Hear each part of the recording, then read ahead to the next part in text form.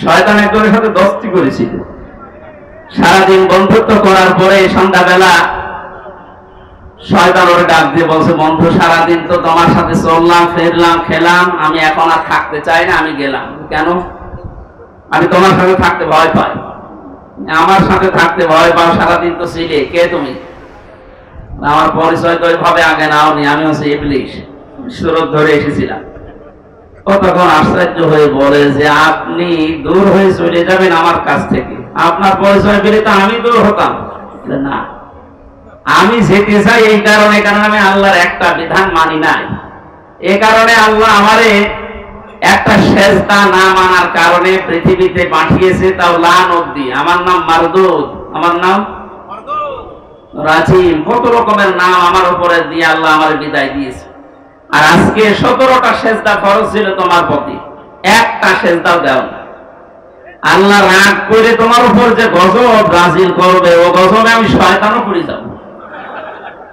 ও আল্লাহর একটা বিধান লঙ্ঘন সেজদা, এটা লঙ্ঘন করে যদি ভয় পায়, এই 15 বছরে আপনি 500 বিধানের একটাও মানেন না, কারো মানুষকে মানতে দেন না। এর গায়ে যদি জিন লাগে নিয়ে আসবে মা বাবা আমার কাছে, সূরা নাস আর ফালাক এমনকি আয়াতুল কুরসি পড়ে ফু দিলে চলে যাবে, এটা আমাদের বিশ্বাস। এবং যাই, আর আমার তো মনে হচ্ছে এই ঘটনাটা বলার পর শয়তান আল্লাহর একটা মাত্র বিধান সেজদা দেওয়া লাগবে এটা মানে নাই, কিন্তু আল্লাহর বিধানের এগেইনস্টে নতুন করে কোনো বিধান শয়তান বানায়নি। কথা বুঝতেছে? আল্লাহর বিধানও মানে না, এতটুকু শেষ। এগেইনস্টে নতুন করে কোনো বিধান বানিয়ে মানবো এরকম কিছু শয়তান করেনি। তো আল্লাহর এই পৃথিবীতে ক্ষমতা পেয়ে আল্লাহর যে বান্দা নিজে আল্লাহর বিধান মানে না এবং আল্লাহর বিধানের বাইরে নতুন করে বিধান বানিয়ে আল্লাহর বান্দাদেরকে মানতে বাধ্য করে, এটা শয়তানের চাইতে বড়। জিন শয়তান ধরলে তো নাস ফালাক আর ইখলাস পড়লে চলে যাবে, আর ওরে পুরা কোরআন শরীফ তেলাওয়াত করে ফু দিলেও যাবে না। সুতরাং এরকম এত বড় শয়তান আমরা আর দেখতে চাই না। মুক্ত যখন হয়েছে আলহামদুলিল্লাহ, কোরআন কি জানিয়েছে বিজয়ের পরে আমরা ওইগুলো এখন শুনবো। আমার কথার অর্থ বোঝেন আপনি? সুতরাং যারা আল্লাহর মামলার আসামি, ছোটখাটো বিষয় এটা না, অনেক ভারী কথা। আপনি আল্লাহর মামলার আসামি হয়ে গেছেন, কিয়ামতে আপনি উকিল পাবেন কোথায়? দুনিয়ার দিকে তাকিয়ে টের পাচ্ছেন। 10 দিন আগে যার কথায় হাইকোর্ট, জজ কোর্ট, সুপ্রিম কোর্ট প্রত্যেকটা কোর্ট ওঠা বসা করতো, এখন তার পক্ষে একজন আইনজীবী দাঁড়াবে কেউ রাজি না। তার দলের লোক নেই। লক্ষ লক্ষ মানুষ এই পৃথিবীতে তার ভক্ত ছিল, সন্তান। মানে একটা বিচারপতি দাঁড়াবে, একটা উকিল দাঁড়াবে তার পক্ষ নিয়ে, কেউ রাজি নামে জালেমের পক্ষে।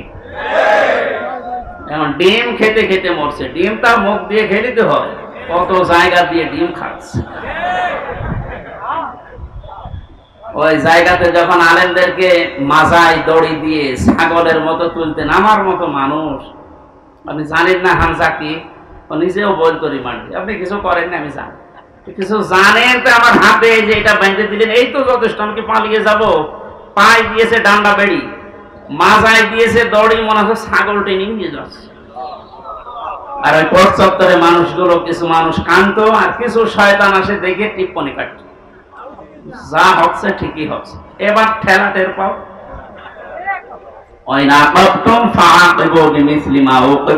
যতটুকু আপনার উপরে করা হয়েছে অতটুকু আপনি করেন, ওর চাইতে বেশি না। অতটুকু করলেও আপনি এই 15 বছর দুনিয়ায় বেঁচেও থাকতে পারবেন না। যা করেছেন যদি অতটুকু আল্লাহর ভাষায় আমরা করতে চাই, সত্যি আপনি পারবেন না। এদেশের বহু মেধাবী সন্তানেরা এই কোটার বিরুদ্ধে এমনি আন্দোলন করে না। বিশেষ করে এই 17 বছরের বাস্তবতা আমার জীবনে আমি যতটুকু দেখেছি, আপনি তাকান তো। অনার্স মাস্টার্স করার পরে বিশ্ববিদ্যালয়ে ফার্স্ট ক্লাস ফার্স্ট হওয়ার পরেও নেবে না, দলীয় পরিচয় পেছনে বিএনপি করে, শিবির করে, এই ট্যাগ দিয়ে। আরে ওইগুলো না দেখে আমার মেধা আছে কিনা ওইটা দেখ। কত বড় জুলুমের শিকার বানিয়ে রেখেছিলেন এই ছাত্র জনতাকে বলে।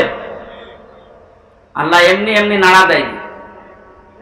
কোরআনের পাখি সেই 15-16 বছর আগে একবার বলেছিল যে একটু 12 কোটি জনতা নাড়া দেবে গাছের গোড়া ধরে দিল্লি গিয়ে পড়বা মামু বাড়ি। ঠিক তাই,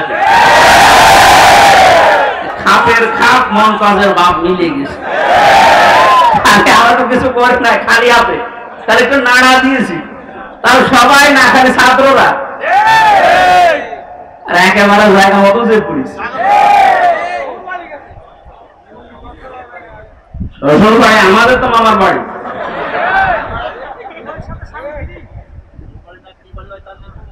যাই হোক, আমি সে কথা বলতে চাচ্ছি, আমরা কোরআনে কারীম থেকে কথা শুনতে চাই এবং জালেম যারা তারাও যেন মরণের পরে অন্তত তাদের আর বিচার না হয়, এই জন্য দুনিয়াতে আমরা তাদের বিচার দেখতে চাই। আপনারা আমাদেরকে শত্রু ভাববেন, আমরা আপনাদের বন্ধু, কারণ দুনিয়ায় উপকার করে দিচ্ছি। এই বিচার না হলে আপনি মনে করছেন মাপ পেয়ে যাবেন, কখনো না।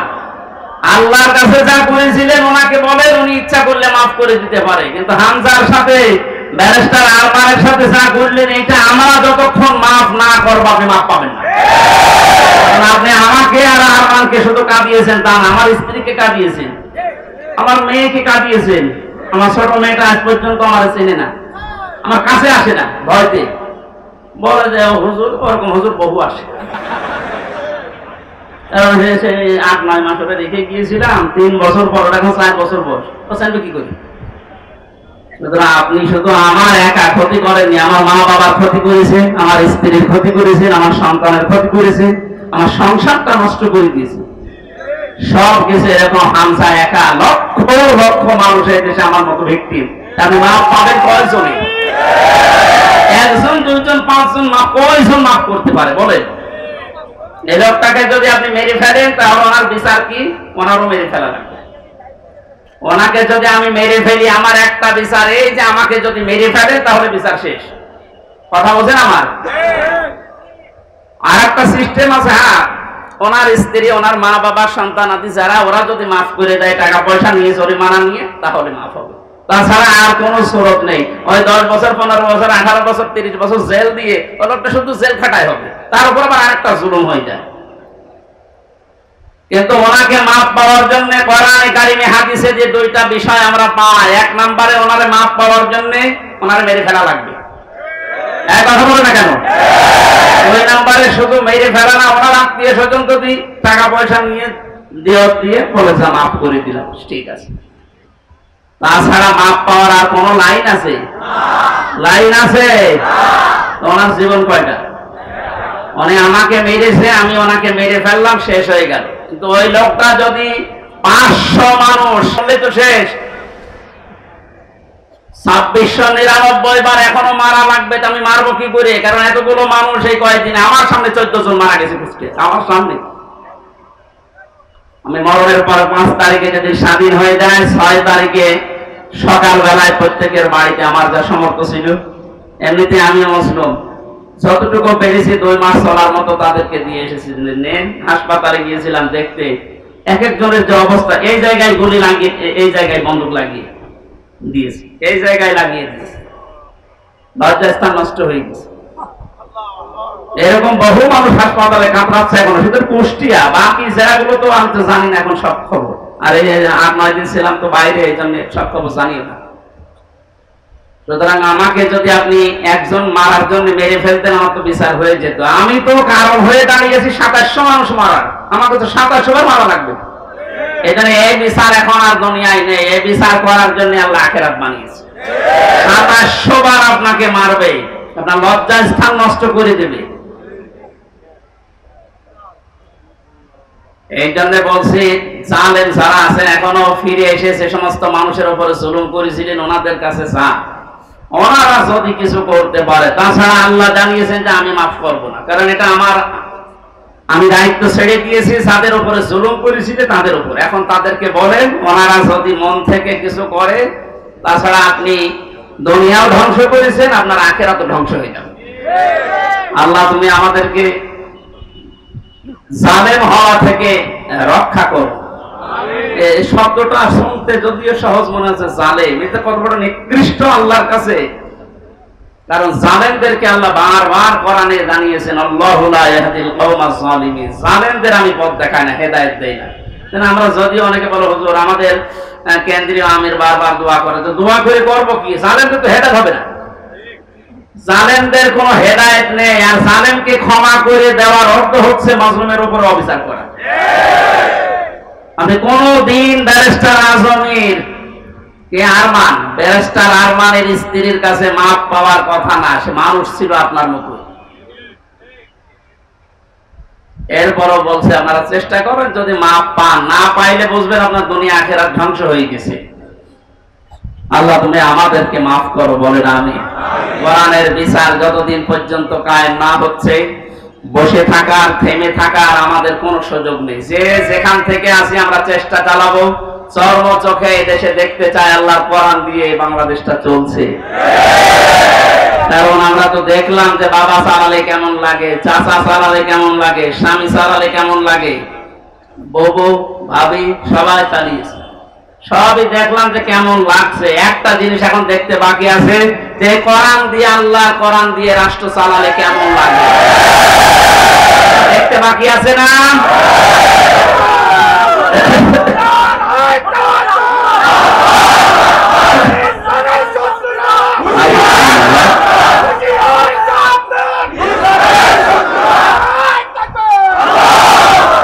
এইটা দেখতে যখন বাকি আছে, আমি মুসাফির মানুষ, মাজলুম মানুষ এবং অসুস্থ মানুষ। আর তিনটা দোয়া কবুল হওয়ার কথা হাদিসে আছে, যে মাজলুমের দোয়া কবুল হয়, মুসাফিরের দোয়া কবুল হয়, অসুস্থ মানুষের দোয়া কবুল হয়। সবাইকে নিয়ে মাগরিবের আগে আমি দোয়া করবো ইনশাআল্লাহ। সূরা নসরের তাফসীরটা করার পর আল্লাহ যেন চর্ম চোখে অন্তত এইটা দেখে যাওয়ার তৌফিক দেয় যে আমাদের এই দেশটা কোরআন দিয়ে চলছে। কি যে শান্তি পাবে প্রত্যেক ধর্মের মানুষেরা, আমি বলে বোঝাতে পারবো না, আপনি পাবেন ইনশাআল্লাহ। আমার হাকামা বিহি আদালত, যেহেতু নবীজি জানিয়েছেন কোরআন দিয়ে বিচার ফায়সালা করলে ন্যায় বিচার পাওয়া যায়। ন্যায় বিচার কি শুধু নাম শুনে ন্যায় বিচার পেয়েছি 17 বছর আমরা। আমার ঠুনকো মূল্য চুরি মামলা দিয়েছিল, আমার মামলা খুব কঠিন না, মূল্য চুরি করলে যা হয় ওই রকম একটা। সেই মামলা আমার 30-32 বার হাইকোর্টে ওঠে, সিএম কোর্ট, জজ কোর্ট, হাইকোর্ট, তিনবার হিসাব করে দেখেন 30 থেকে 33 বার উঠেছে, না হবে না।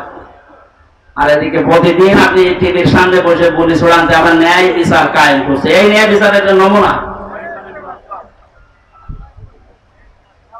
যা করেছেন বিচার ব্যবস্থায়, যাদেরকে বসিয়েছেন প্রত্যেকটা অবিচার করেছে। আর আমার 164 যে ম্যাজিস্ট্রেট নিয়েছিল, ওই শয়তানকে আমি জেলখানে যাওয়ার 3 মাস পরে দেখি ও ভেতরে ঘুরে বেড়াচ্ছে। এখানে কেন? ও আমার বেকার এই সমস্ত বিষয়গুলো লিখে, মানে একেবারে জালিয়াতি করে সই করিনি। বলছে হুজুর আপনি মাত্র কিছুক্ষণ পরে বেরিয়ে চলে যাবে, কারণ আমি 164 বুঝতাম না। ওসব লাইনের লোক আমরা, এই সিটারি বাটমারি, এই 2 নাম্বারই করে বসে খালি সই করে দেন, নিচে আপনার ছোট ছোট মেয়েরা কাঁদতেছে, আমি জানি আপনি চলে যাবেন। ওর উপর বিশ্বাস করে আমি সই করি, নিচে আসলাম, দেখা সাক্ষাৎ করে আমার জেলে পাঠিয়ে দিলে। আনন্দে আছে যে কয়েকদিন মাত্র বের হয়ে যাবে। ও আল্লাহ শুনছো, এটা 164 আমি যা বলতে চাইনি, ওই শয়তান সব লিখে খালি আমার সইটা বসিয়ে দিয়েছে। পরে জেলখানায় দেখি কাশিমপুরে, বললাম কি আপনি এখানে, আপনি কাজটা ঠিক করলেন, জেনে শুনে আমার জীবনটা এভাবে নষ্ট করলেন? বলছে আমার উপর থেকে যা বলেছে আল্লাহর ওলিরা আমি তাই করছি, আমার কিছু করার নেই। তা আপনি এখানে কি? বলছে আমার বউ মামলা দিয়েছে। বউ, আমিও মামলা দেবো তোর নামে। এই জন্য আল্লাহ ছাড় দিয়েছিল, কিন্তু ছেড়ে দেয়নি। আল্লাহর ধরা বড় শক্ত ধরা, যেটা আমরা আইন মন্ত্রী আরে দরবেশ বাবারে দেখি বুঝলাম কি দাপট গো। আমি মাঝে মাঝে আইন মন্ত্রীদের আদালতে দেখতাম, আরে দরবেশ বাবা দেখতাম বসে আছে। আমার যখন নিয়ে যেত ওই উপরে দেখা যেত যে বসে আছে দরবেশ। দরবেশ যে এই কাম করতে পারে আমার তো কোনোদিন বিশ্বাস হয়নি। দাড়ি কেটে নম হয়ে গেছে, শয়তান পর্যন্ত এত ঘৃণা করেছে যে আমি এত খারাপ না। বেকার যারা আপনাদের এই দাড়ি রাখায় সুন্নতকে নিয়ে হেয়ালিপনা করা, এই আর কি ঠাট্টা বিদ্রোহ করা, আমি সুন্নত পর্যন্ত কেটে বাদ দিয়ে দিলেন। কিয়ামতে আল্লাহর নবী আপনাকে বাদ দিয়ে চলে যাবে। আল্লাহ তুমি আবার বলছে মানুষগুলো যদি, আমি আবার বলছি ভুল আর অন্যায় করা এটা কিন্তু এক না। ভুল মানুষ করতে পারে, কিন্তু জেনে শুনে অন্যায় করে ভুল বলে চালিয়ে দেবেন, যেটা এখন চালানো হচ্ছে। অন্যায় যারা করেছেন, অন্যায় করলে মাস্ট বি তাকে শাস্তি পাওয়াই লাগবে। আমরা কিছু না করে যদি শাস্তি পেতে পারি 3 বছর, আপনি করে তো আপনার 99 বছর শাস্তি হওয়া দরকার। প্রথম ছেড়ে যাওয়ার পরে যার সাথে দেখা, একেবারে গেট দিয়ে ঢুকিয়ে যাওয়া, সে বলে সেই কি শাহজাহান জল্লাদ, এরা তাতে প্রথমে হাত মিলিয়েছে। আমারও বলছে হুজুর আপনারা আমি চিনি। চেনেন মানে? ওই যে টেলিভিশন আছে ভেতরে, মেমোরি কার্ডে ওয়াজ ভরে নিয়ে আসলে শুধু আপনার আর আজহারি সাজি সাহেব এদের ওয়াজ দেয়, আপনার আমি চিনি। আপনার নাম কি? শাহজাহান জল্লাদ ভুইয়া। ভুইয়া কেন? আমার বংশের নাম। অথচ 167 বছর না কত বছর সেই এখনো ভুইয়া ছাড়েনি। এরকম বহু শয়তান আছে, ও মরিয়ে যাবে তাও ভুইয়া ছাড়েনি। আবু জাহেলের গলার ভেতরে যেদিন তরবারি চালাচ্ছিল, বলছে কে? আমি আব্দুল্লাহ ইবনে মাসউদ। কি করবি? গলা আলাদা কর, একটু বড় করে কাট। বড় করে কাট মানে? বলে হ্যাঁ একটু বড় করে কাট। মানুষ যেন আমার মাথা দেখে বলছে যে এটা নেতার মাথা। আমার মনে হয় এর মতো এখনো পর্যন্ত অনেক শয়তান, সব শেষ হয়ে গেছে, এরপর বৃদ্ধি কমছে না। বিভিন্ন জায়গা থেকে ভিডিও বার্তা দিয়ে মানুষকে শুধু উত্তেজিত করছে, আর কোনো লাভ হবে না ইনশাআল্লাহ। আপনি যাই করেন আর কোনো লাভ হবে না। এদেশের মানুষ বুঝে গেছে, ধোঁকা দিয়ে বোকা বানিয়ে বেশি দিন রাখা যায় না। এই জন্য কোরআনের বিচার ব্যবস্থা যদি কায়েম হয়, দল মত এখানে আর নেই। সবাই যেহেতু আমরা মুসলিম, 96% মুসলমানের দেশে কোরআনের বিচার চলবে না মানে? এই কথা বলেন না কেন? কারো দ্বিমত আছে? আপনি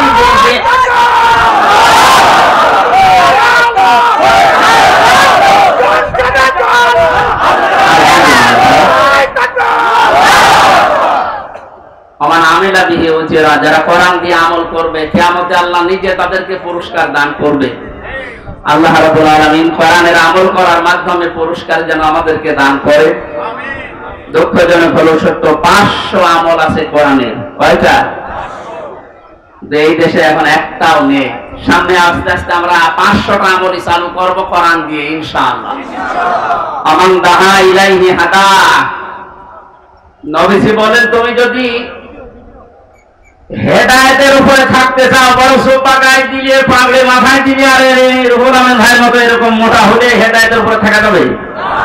হেদায়েতের উপরে থাকতে হলে কোরআন দিয়ে ডাকা লাগবে। আমান দাহা, একালি টান আছে, দাহা ইলাইহি হাদা। কেউ যদি হেদায়েতের উপরে থাকতে চায়, সে যেন মানুষকে কি দিয়ে ডাক দেয়? আজকে থেকে আমার দাওয়াতি কাজের মেন টার্গেট হবে কি বলেন তো?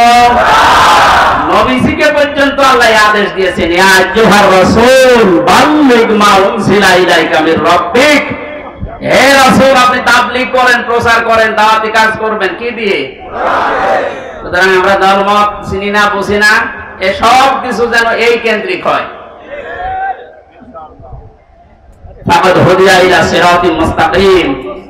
কেউ যদি হেদায়েতের উপরে থাকতে চায়, কোরআন দিয়ে সে ডাকবে, এবং কেউ যদি কোরআনের ডাকে সাড়া দেয়, আল্লাহ নিজে তাকে হেদায়েত নসিব করে দিবে। সুতরাং আজকে আমরা কোরআনে কারীম দিয়ে আপনাদেরকে ডাক দেব, আপনারা কোরআনের ডাকে সাড়া দেবে। আমরা প্রত্যেকেই হেদায়েতের উপরে চলতে চাই, সিরাতে মুস্তাকিম আমরা পেতে চাই। আমিন। দরুদ আর সালাম পড়ছি মুহাম্মদ রাসূলুল্লাহ সাল্লাল্লাহু আলাইহি ওয়াসাল্লামের প্রতি। সূরা নাসর পড়েছি, মাদানী যুগের সূরা। কোরআন শরীফে 3 আয়াত বিশিষ্ট 3টা সূরা আছে, আসর, নসর আর কাউসার। কয়টা বলেন তো? নসর মানে সাহায্য, নসর মানে কি? আর নাসর মানে ঈগল। নুন সাদ র, নাসর মানে সাহায্য, নুন সিন র, নাসর মানে ঈগল পাখি। এজন্য এখানে যারা তেলাওয়াত করেন এই সূরাটা নামাজে একটু মুখ গোল করে পড়বেন। আল্লাহ পাক বলেন, ইদা জা নাসরুল্লাহি ওয়াল ফাত। যখন আল্লাহর সাহায্য আসবে তখন আপনি বিজয় দেখতে পাবেন। যদি আপনি ইদা জা নাসরুল্লাহি ওয়াল ফাত বলেন সিন দিয়ে, যখন ঈগল পাখি আসবে তখন বিজয় পাবে, পোড়া মানে উল্টিয়ে যাচ্ছে। এজন্য একটু খেয়াল করে শব্দগুলো উচ্চারণ করবে। যেহেতু এটা মাদ্রাসা আপনারা বানিয়েছেন, এলাকার মানুষেরা, আপনাদের একটা সুন্দর অন্তত ব্যবস্থা আছে। এই মসজিদ মাদ্রাসা দিয়ে শুধু ছাত্র ছাত্রী না, এখানে বয়স্ক শিক্ষা চালু করে যারা পড়তে পারেন না তাদেরকেও নিয়ে আসে, 2-3টা একটা ব্যাচ করে দেন। আমার গ্রামের বাড়ি কুষ্টিয়ার হালসা। আমি একবার যে দেখি মানুষ নামাজে একেবারেই নেই। গ্রামে তো যেতামও কম। মহসেন সাহেবকে বললাম মানুষজন বহু মানুষ নামাজ পড়ে, নামাজ পড়ে না, এটা এদের দোষ নাই, দোষ আমার। কারণ নামাজ যে কি এটা জানি না, আর নামাজের ভেতরে যে আসলে কি পাওয়া যায় এটা তো এরা বোঝে না। দেখেন আমি ওই ব্যবস্থাটা করে দেই, তখন আর এই 2-5 জন না, কমপক্ষে এই মসজিদে 500 মানুষ, ধরো 400 মানুষ চলে আসবে। 2 জন উস্তাদ রেখেছিলাম, নিজের টাকা যা আসতো সব দিয়ে বললাম যে আপনারা পড়ে। মাগরিবের পর থেকে বাবার বয়সী লোক যারা কাজ কাম নেই, সারাদিন মাঠে ঘাটে খাটে, বললাম পড়ে, কিচ্ছু দেওয়া লাগবে না, সব খরচ আমার, আপনারা শুধু কোরআনটা শেখে। ওরা 2-3 মাস যাওয়ার পরে দেখি মসজিদের চেহারা পাল্টিয়ে গেছে। কিন্তু মাঝখান থেকে তো আমার জীবনে একটা কালো মেঘ নেমে আসলো। ওই গেলাম, ধরে নিয়ে গেল, 3 বছর এই যে বন্ধ হয়ে আছে, এখনো চালু করতে পারি নাই, আবার সামনে করবো ইনশাআল্লাহ। আমি দেখেছিলাম মাত্র 2-2.5 মাসের ব্যবধানে কত মানুষ এই যে নামাজে, তখন তাদেরকে পিটিয়েও আপনি দূর করতে পারবেন না। সুতরাং এখানে মাদ্রাসা মসজিদ বানিয়েছেন বয়স্কদের জন্য, মাগরিব থেকে এশা, এশা থেকে আরো রাত 9টা-10টা পর্যন্ত কোরআন কেন্দ্রিক আসেন সবাই, দলমত নির্বিশেষে। তখন আপনাকে কোরআনে কারীম নিজেই হেদায়েত দিয়ে পথ দেখিয়ে দেবে। এজন্য তেলাওয়াত শুদ্ধ করা দরকার। এখানে বহু মানুষকে আমি দেখি, একটু বলেন তো ভাই, 7টা আয়াত পড়ে সূরা ফাতিহার 7টায় ভুল পড়ে, অথচ 10 বছর নামাজ পড়ছে না। এটা তেলাওয়াত শুদ্ধ করা দরকার। আল্লাহ পাক জানিয়েছেন, ইদা জাআ নাসরুল্লাহি ওয়াল ফাত, যখন আসবে আল্লাহর সাহায্য তখন আপনি বিজয় দেখতে পাবেন। এতদিন পর্যন্ত আমরা আল্লাহর সাহায্য কি এটা পাইনি, এজন্য বিজয়ও পাইনি। বদরের ময়দানে বিশ্বনবী মাত্র 80 জন মানুষ নিয়ে গিয়েছিলেন, না 313 জন, আর ওদের ছিল 1000 এর উপরে। আল্লাহর পক্ষ থেকে আল্লাহ সাহায্য পাঠিয়েছিলেন, এজন্য মহান আল্লাহ ওই সময় তাদেরকে বিজয় কি দেখিয়েছিলেন। আবু জেহেলের মতো এত বড় লিডারকে আল্লাহ ওই দিন দুনিয়া থেকে লাঞ্ছিত অবস্থায় বিদায় দিয়েছেন। যুগে যুগে শুধু বদরের ময়দান না, কিয়ামত পর্যন্ত এরকম বদরের ময়দান কায়েম হতে থাকবে। বড় বড় কাফের যারা, বড় বড় মুশরিক যারা, আল্লাহ দ্রোহী যারা, তাদেরকে আল্লাহ বিদায় করবেন যদি আল্লাহর সাহায্য এসে থাকে। আমাদের দেশেও কম ছিল না, বহু মানুষকে আমরা দেখেছিলাম অহংকারে পা মাটিতে পড়তো না। আল্লাহ রাব্বুল আলামিন এই মানুষগুলোকে বিদায় করে দিয়ে তার সাহায্য পাঠিয়ে এটা বিজয় আমাদেরকে যে দেখালেন, বিজয় পাওয়ার পরে যে দৃশ্যটা, এটা এখন আবহমান জারি আছে, যেটা আমার চোখে দেখতে পাচ্ছি আয়াত অনুযায়ী। দেখেন তো মেলে কিনা। ওয়ারাআইতান নাসা ইয়াদখুলুনা ফি দীনিল্লাহি আফওয়াজা, আপনি যখন বিজয় পাবেন সাহায্য পাওয়ার পরে, তখন দেখবেন দলে দলে, পালে পালে মানুষ ইসলামে প্রবেশ করছে। বাংলাদেশের এই 64 জেলার দিকে তাকালে, শুধু ইন্টারনেটের দিকে একটু চোখ বোলান, দেখেন আয়াতটা এখন কার্যকর হওয়া অলরেডি শুরু হয়ে গেছে। ইসলামপন্থী মানুষ, বিশেষ করে যারা একামতে দিনের দায়িত্ব পালন করে, যারা মন থেকে কাজ করে, তাদের যে অ্যাক্টিভিটিস গুলো, তাদের যে কাজকর্মগুলো, তাদের যে ইখলাস আমরা দেখতে পাচ্ছি। দাওয়াতও দেওয়া লাগছে না, তাদের ইখলাস দেখে, শুধু কাজ দেখে এখন মানুষ ইসলামে প্রবেশ করে অলরেডি ফেলছে।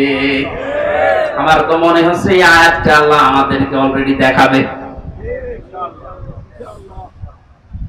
সূরা কাসাস থেকে একটা আয়াত কালকে আমি পড়ছিলাম, وَنُرِيدُ أَن نَّمُنَّ عَلَى الَّذِينَ اسْتُضْعِفُوا فِي الْأَرْضِ وَنَجْعَلَهُمْ أَئِمَّةً وَنَجْعَلَهُمُ الْوَارِثِينَ। ওই কিচ্ছা কাহিনী না, একেবারে বাস্তব যেটা ঘটবে বা ঘটতেছে ওইটা আপনি কোরআন থেকে শোনেন। আল্লাহ পাক বলেন ওই জামানায় হযরত মুসা আলাইহিস সালামের যে দলটা ছিল, তিনি যে দলের লিডার ছিলেন, ফেরাউন বহু দলে বিভক্ত করে মানুষদেরকে দুর্বল করে রেখেছিল। শুধু একটা দলকে সে টার্গেট বেশি নিয়েছিল, সেটা মুসা নবীর দল। আমার আল্লাহ নিজের পক্ষ থেকে জানালেন, আমি আল্লাহ কিন্তু ইচ্ছা আলাদা করেছিলাম। আমার আল্লাহর ইচ্ছা ছিল এইটা, যে দুনিয়ার ময়দানে আমি মুসা নবীকে এই জামানায় এই জাতির নেতৃত্বে বসাবো এবং জমিনের ওয়ারিস উত্তরাধিকারী তাদেরকে বানিয়ে দেব। আমি তাই করেছিলাম। ইয়াটা এখন বাস্তব আমার মনে হচ্ছে, আমার চোখে ভাসতেছে। আল্লাহ তুমি সূরা কাসসের 5 নাম্বার আয়াতটা আমাদেরকে দেখাও। স্বৈরাচার নব্য ফেরাউন এই পৃথিবীতে বহু দল ছিল এদেশে, সব দলকে টার্গেট না করে শুধুমাত্র কোরআনে কারীম এই পৃথিবীতে যেন বিদায় নেয়, কোরআনের লোকগুলো যেন এই দুনিয়াতে আসতে না পারে, এই কাজ করার জন্য যারা চেষ্টা চালিয়েছিল, আল্লাহ তাদেরকেই যেন জাতির ইমাম আজ দিনের পর দিন বানিয়ে দিচ্ছে। তাদেরকে ওয়ারিস বানাচ্ছে, জমিনের উত্তরাধিকারী বানিয়ে দিচ্ছে। আমরা আবার দোয়া করছি, আল্লাহ তুমি আয়াতটা আমাদেরকে সর্বচোখে দেখাও। অনুরিদু আন্না মুন্না আলাল্লাযীনা ইসতুযইফু ফিল আরদ ইলা আখিরি আয়াত। আমাদের আজকের মাহফিলের প্রধান অতিথি মনে হয় আসতেছে।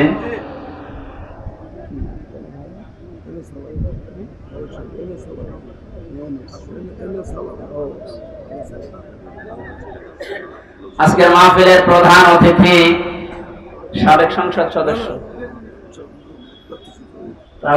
সাবেক জনাব মোহাম্মদ আব্দুল সালাম, এম এ সালাম বা আব্দুল সালাম ভাই আসতেছেন। আমরা কোরআনের পক্ষ থেকে তাকে স্বাগতম জানাচ্ছি। লিল্লাহি তাকবীর, লিল্লাহি তাকবীর।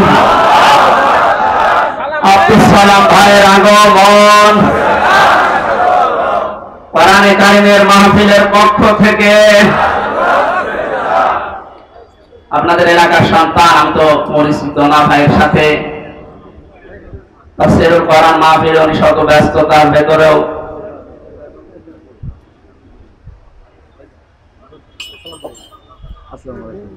স্বাধীন বাংলাদেশের যে স্বাদ এখন আমরা পাচ্ছি, সেই দেশে উনি এসেছে, আলহামদুলিল্লাহ। সালাম ভাই পরে একটু পরে কথা বলবো ইনশাআল্লাহ। আমরা আয়াতটা শেষ করে নিই। আপনারা আছেন তো? পারিবারিক জীবন নিয়ে যে বইটা আমি লিখেছিলাম, আমার বইটা আমি নিয়ে এসেছি। ওইটা আপনারা যাওয়ার সময় গেটে আছে আমার গাড়িতে, ওই ডানের গেটে নিয়ে যাবেন, কাজে লাগবে স্ত্রীদের জন্য। আমি ওইদিকে যাচ্ছি না, ওটা লিখেছিলাম জেলখানার দৃশ্যগুলো দেখে। আজকে আমাদের মাহফিলে যিনি এসেছেন প্রধান অতিথি হিসাবে জনাব এম এ সালাম ভাই, উনি আর কিছুক্ষণ পরে আপনাদের সামনে দোয়া নেবেন, কথা বলবেন। আমরা আয়াতটা শেষ করি, যেহেতু তাফসীরুল কোরআন মাহফিলে। অরাইতান নাসা ইয়াদখুলুনা ফি দীনিল্লাহ। একটু আওয়াজ কম করা লাগবে ভাই, কথা বলেন না, একটু আওয়াজ কম করেন, কয়েক মিনিট আমি আয়াতটা শেষ করি, কথা বলা যাবে না। একটু পরে কোরআনের আয়াতের দিকে তাকালে আমি যেটা দেখতে পাই, এত খোলো না, এটা মোজারে, বর্তমান ভবিষ্যৎ, প্রেজেন্ট ফিউচার। ফি দীনিল্লাহ, আল্লাহর দ্বীনের ভেতরে। বলেন তো দ্বীন কার? আল্লাহ। দ্বীন কি আমির হামজার? এম এ সালামের? কার? দ্বীন আল্লাহ। বলেন দ্বীন কার?